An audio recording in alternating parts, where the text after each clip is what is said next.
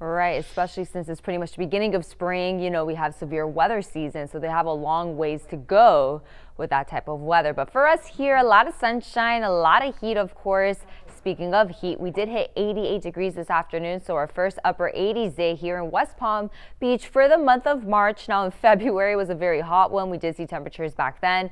The hottest day being 89 degrees. So we still have a couple more days with temperatures running well above average. This time of the year, we want to see actually the 80s, but 8 degrees above, not near our record set at 91 degrees back in 1909, but it did feel very steamy for today. Temperatures still on the warm side. We have the low 80s out the door. Look for a mix of just a lot of more sunshine, a couple puffy clouds out there, southeast wind.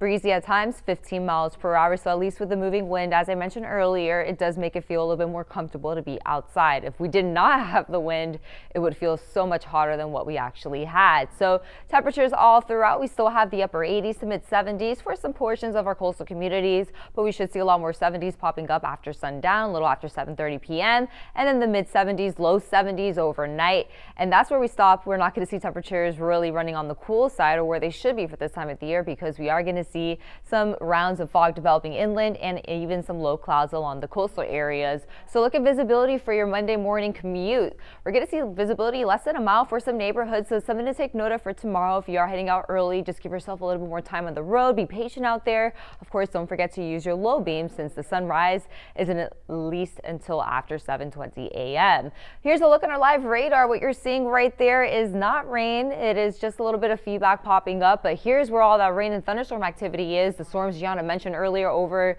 Tennessee have now finally worked their way along the coastal south or northeast rather, and we are seeing some of those storms really just firing up along the Carolinas. Severe weather threat still remains in effect for portions of Virginia. That'll be late for tonight, where they still have the opportunity for maybe a quick spin up, a tornado, and even portions of Pennsylvania still under severe weather threat for tonight as well. So this area of low pressure will continue to lift off to the northeast, and unfortunately we're not going to see any effects from this cold front, just a shift in our winds. But then we start to see a more east flow picking back up for Tuesday, Wednesday. Come late Wednesday night, though, here's our next approaching cold front, giving us a chance for some better rain across the area. And then we should see a few early showers for your Thursday. So at least this cold front will give us an opportunity to see some much needed rain.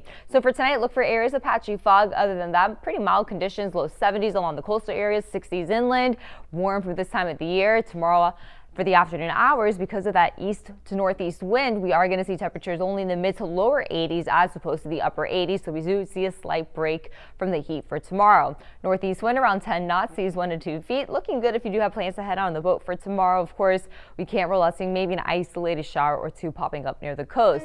Upper 80s return, as I mentioned, Tuesday, Wednesday, because we are going to see a more southeast wind. Thursday, chance for a few early showers ahead of the front, but finally some cooler, milder air returning by the end of the week for Friday into next weekend, with temperatures right around 73 for Saturday, 76 for Easter Sunday, with a slight chance for an isolated shower. That's looking at your first morning forecast. All right.